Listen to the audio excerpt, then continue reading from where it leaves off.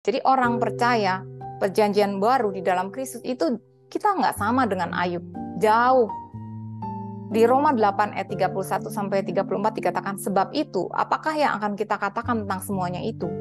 Jika Allah di pihak kita, siapakah yang akan melawan kita? Ia yang tidak menyayangkan anaknya sendiri, tetapi yang menyerahkannya bagi kita semua, bagaimanakah mungkin Ia tidak mengaruniakan segala sesuatu kepada kita bersama-sama dengan Dia? Dan dikatakan, siapakah yang akan menggugat orang-orang pilihan Allah? Allah yang membenarkan mereka. Siapakah yang akan menghukum mereka? Kristus Yesus yang telah mati, bahkan lebih lagi yang telah bangkit, yang juga duduk di sebelah kanan Allah, yang malah menjadi pembela bagi kita, gitu.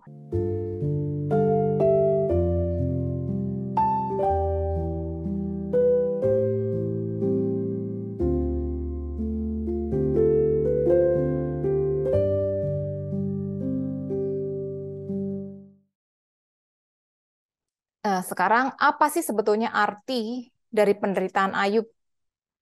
Apa artinya gitu? Apakah kita bisa jadi seperti Ayub? Nah, jadi di Alkitab dikatakan bahwa segala tulisan yang diilhamkan Allah memang bermanfaat untuk mengajar, untuk menyatakan kesalahan, untuk memperbaiki kelakuan, dan untuk mendidik orang dalam kebenaran. Jadi kita bisa belajar ya dari semua kejadian firman Tuhan itu bisa mengajar kita. Tetapi yang mesti kita tahu bahwa kita mesti ngerti konteksnya gitu. Konteks pada saat Ayub, kejadian Ayub itu sangat-sangat berbeda dengan kita saat ini gitu. Nah, di Hosea 4 ayat 6a dikatakan, umatku binasa karena tidak mengenal Allah. Jadi banyak sekali orang yang karena tidak mengenal gitu ya, itu binasa karena dia berpikir ya itu lihat aja Ayub, dia tuh bisa, dia orang yang saleh tapi bisa menderita kayak begitu gitu, semuanya habis gitu kan. Eh, Terus dikuat lagi, diikuti lagi ucapan-ucapan Ayub atau ucapan-ucapan teman-temannya yang sudah dihardik, ditegur sama Tuhan gitu ya. Nah, di Yohanes 16 ayat 12 sampai 14 dikatakan, masih banyak yang harus kukatakan kepadamu, tetapi sekarang kamu belum dapat menanggungnya. Tapi apabila ia datang, yaitu roh kebenaran, ia akan memimpin kamu ke dalam seluruh kebenaran. Jadi bahkan waktu Tuhan Yesus di bumi pun, dia sendiri tuh banyak sekali yang dia belum katakan gitu. Karena dia bilang, kamu tuh belum bisa menanggungnya. Apalagi zaman Ayub gitu ya.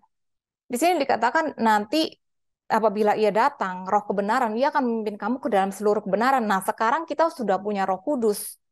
Dia sebenarnya dikatakan, sebab ia tidak akan, jadi Roh Kudus tidak akan berkata-kata dari dirinya sendiri, tetapi segala sesuatu yang didengarnya itulah yang akan dikatakannya, dan ia akan memberitahukan kepadamu hal-hal yang akan datang.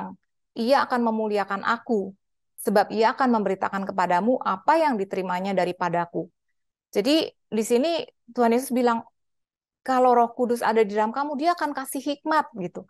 Jadi kita jangan balik lagi ya, jadi jangan mundur, bahkan sampai ke Ayub yang dia sendiri nggak ngerti, bahkan dia sendiri nggak tahu bahwa ada kehidupan setelah kematian gitu. Tapi kata-kata dia banyak sekali, bahkan yang sepertinya diucapkan, bahkan mungkin lebih banyak dikotbahkan dibanding ucapan Tuhan Yesus gitu. Nah, kemudian di sini dikatakan di Kisah Rasul 1 ayat 8, tetapi kamu akan menerima kuasa kalau Roh Kudus turun ke atas kamu, dan kamu akan menjadi saksiku gitu. Jadi kita akan terima kuasa kalau Roh Kudus turun ke atas kita, kita punya kuasa yang tidak dipunyai oleh si Ayub gitu.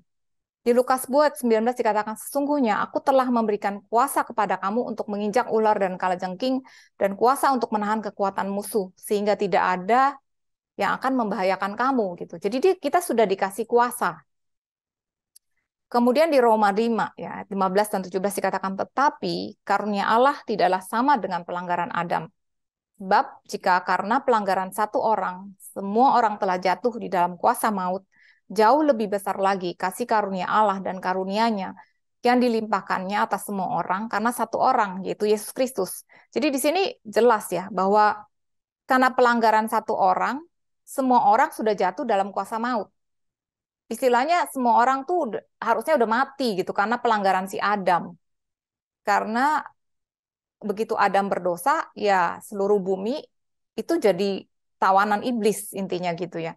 Tapi dikatakan jauh lebih besar lagi kasih karunia Allah dan karunia-Nya yang dilimpahkannya atas semua orang karena satu orang, yaitu Yesus Kristus. Jadi karena the last Adam, Yesus Kristus, itu kita lebih besar lagi kasih karunia yang dilimpahkan atas kita gitu.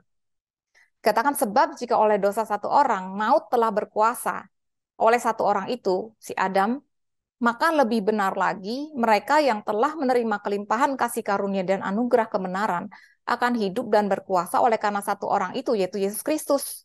Jadi karena satu orang si Adam itu seluruh bumi atau manusia itu mati, tapi karena satu orang lagi yang benar, Yesus Kristus, lebih benar lagi gitu, jauh lebih lagi apa yang dilakukan Kristus itu kuasanya tuh lebih besar dibanding apa yang dilakukan si Adam. Kalau gara-gara si Adam maut itu berkuasa, apalagi yang dilakukan oleh Kristus itu kita akan hidup dan berkuasa oleh karena Kristus gitu.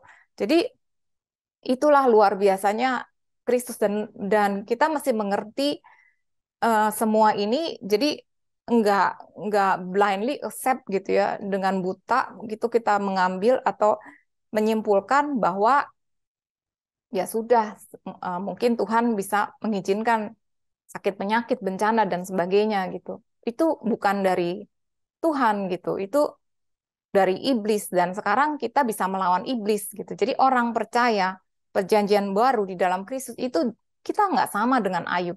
Jauh. Di Roma 8 ayat 31 sampai 34 dikatakan, sebab itu, apakah yang akan kita katakan tentang semuanya itu? Jika Allah di pihak kita, siapakah yang akan melawan kita? Ia yang tidak menyayangkan anaknya sendiri, tetapi yang menyerahkannya bagi kita semua. Bagaimanakah mungkin ia tidak mengaruniakan segala sesuatu kepada kita bersama-sama dengan dia? Dan dikatakan, siapakah yang akan menggugat orang-orang pilihan Allah? Allah yang membenarkan mereka. Siapakah yang akan menghukum mereka?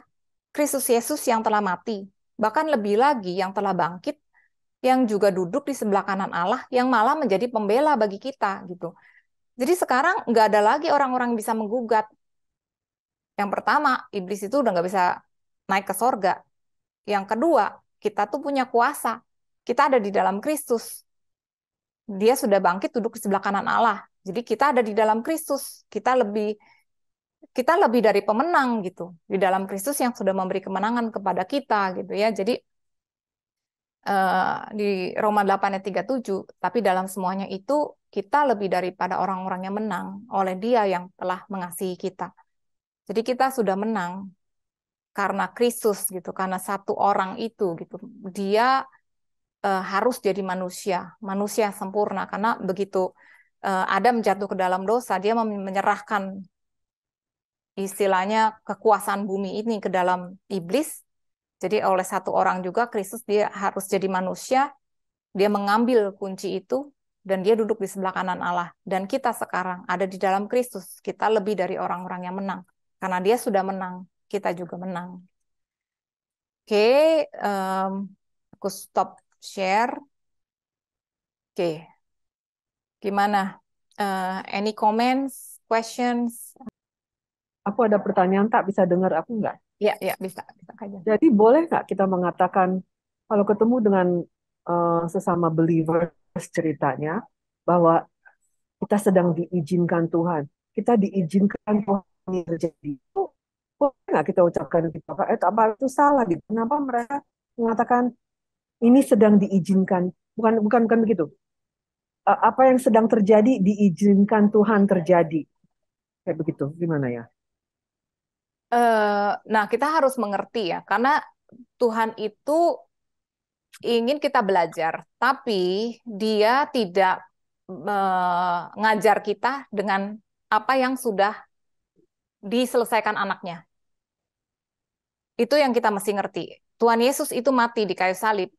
Dia membayar untuk dosa-dosa kita. Dia menebus kita, tubuh kita. Dia menyembuhkan kita dari sakit penyakit kita. Dia sudah mengalahkan maut, dia mengalahkan iblis, dia menghardik badai. Ya, jadi apa yang sudah anaknya selesaikan itu tidak mungkin diizinkan Bapa. Enggak mungkin. Karena kalau dia izinkan artinya dia tidak menghargai atau menghina lah pekerjaan anaknya, dan itu tidak mungkin. Jadi misalnya dia mengajar kita dengan sakit penyakit, itu tidak mungkin.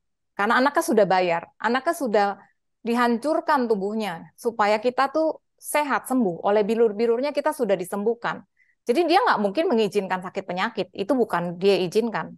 Itu iblis yang mengambil. Kan di Yohanes 10:10 dikatakan, pencuri ya iblis. Datang hanya untuk mencuri, membunuh, dan membinasakan. Tapi aku datang supaya mereka memiliki hidup dan hidup dalam kelimpahan dan hidup yang berkelimpahan. Jadi si pencuri itulah yang mengambil. Dialah yang memberikan bencana. Karena kalau eh, bencana itu dari Tuhan, Tuhan Yesus itu tidak akan menghardik badai. Dia menghardik karena dia tahu itu bukan dari Bapaknya. Gitu. Nah, Tuhan itu mengajar dengan apa? Dia mengajar dengan firman-Nya, nomor satu dengan firman-Nya, dengan rohnya. Nah, cuman kan kadang-kadang kita manusia mungkin nggak suka baca firman, kita juga nggak minta pengertian dari Roh Kudus gitu ya. Jadi seringkali mengajar dengan circumstances. Jadi dengan apa yang terjadi, misalnya eh, apa ya maksudnya ya, ada orang yang mungkin ya kok ini kok susah ya nggak dapat dapat kerjaan, atau mungkin di kerjaannya dia bosnya tuh aduh kayaknya ini banget gitu ya, kejem gitu maksudnya, eh, memberikan apa ya, maksudnya kesulitan demi kesulitan, atau orang-orang di sekeliling dia gitu. Aku percaya kita bisa juga belajar dari situ. Mungkin Tuhan mau kita apa lebih rendah hati gitu ya, kita lebih belajar, lebih bergantung pada Dia gitu. Through circumstances and through His word gitu, through His wisdom dari the Holy Spirit gitu. Itu adalah cara Tuhan untuk mengajar kita. Tapi Tuhan tidak mengajar dengan sakit penyakit, dengan bencana, dengan apa yang Tuhan Yesus sudah selesaikan di atas kayu salib. Jadi itu bukan diizinkan Tuhan, itu memang iblis yang dia kan dikatakan bahwa dia berjalan keliling seperti singa mengaum-ngaum untuk mencari orang yang dapat ditelannya. Jadi ya kalau bisa ditelan ya ditelan, kenapa enggak gitu kan? Dia kan mencuri, membunuh dan membinasakan. Itu memang dari dulu dia memang maunya begitu gitu. Tapi itu bukan dari Tuhan. Nah, cuman kita sekarang juga sudah dikasih kuasa, kita diperlengkapi dengan senjata untuk melawan iblis. Cerita mungkin masih tentang eh, penyakit gitu ya. Kan kalau ada orang yang tiba-tiba kena penyakit yang apa namanya berat gitu kan ya, terus nanti eh, mungkin pertama kan nanya kenapa saya gitu kan ya. Terus kemudian eh, mulai menjadi marah. Nah, tapi kalau kita bilang enggak, Tuhan nggak pernah ngasih yang jelek gitu kan ya, apalagi penyakit. Kemudian pertanyaannya menjadi, begitu kenapa Tuhan tidak lindungi? Nah, ini kan menarik ya. Gimana tuh, Rita?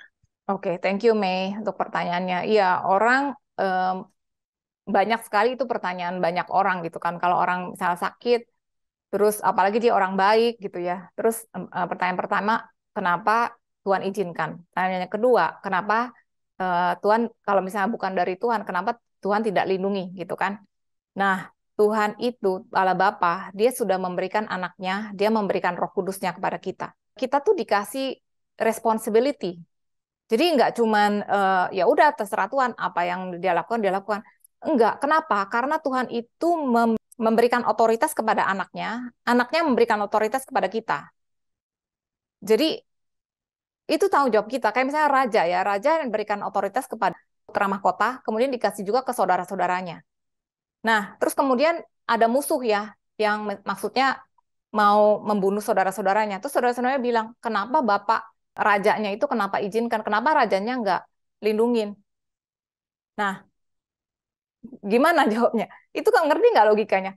Kan dia sudah dikasih kuasa, kita tuh udah dikasih kuasa. Ya kita tanggung jawab lah. Kita pakai kuasa itu gitu. Bukannya kita jadi pasif. Makanya dikatakan, aku memberikan kuasa. Kalau enggak, buat apa Tuhan memberikan Roh Kudusnya? Buat apa dia memberikan kuasa? Kalau memang segala sesuatu dia yang atur, dia yang kendalikan. Enggak perlu dikasih kuasa. Kalau dikasih kuasa, untuk apa gitu? Enggak ada gunanya kan? Tapi Tuhan itu, dia kasih kuasa. Jadi kita tuh sebetulnya ada di dalam Kristus gitu. Dan kita punya responsibility juga untuk menggunakan kuasa yang dia sudah pakai gitu. Nah, itulah pentingnya kita orang percaya untuk mengerti identitas kita di dalam Kristus. Siapa kita di dalam Kristus gitu. Apa yang kita punya? Apa sih our inheritance? Kita punya warisan apa sih gitu. Enggak cuma Tuhan Yesus datang ke bumi untuk menebus dosa kita, udah gitu. Enggak, dia kasih Roh Kudus. Nah, Roh Kudus itulah yang menjadi kekuatan kita gitu. Dia akan guide kita, dia akan kasih pengertian apa yang harus kita lakukan. Makanya kita harus peka, harus bergantung. Oh, Tuhan ini harus begini. Oh, harus begini gitu. Terus ya kita harus gunakan kuasa yang dikasih Roh Kudus gitu. Dia kan juga kasih karunia kan. Ya, 9 karunia yang kita udah pelajari sebelumnya gitu. Nah, itu buat apa kita dikasih karunia kalau misalnya Tuhan sendiri yang mengendalikan gitu. Nah, itulah pentingnya kita juga memberikan pemahaman-pemahaman ini untuk orang-orang percaya gitu. Kalau orang-orang yang nggak percaya, ya memang mereka nggak punya kuasa, mereka nggak punya Roh Kudus gitu. Jadi itulah kita, makanya kita dikatakan kita lebih dari pemenang di dalam Dia yang mengasihi kita gitu. Thank you, May. Ya, thank you, Rita.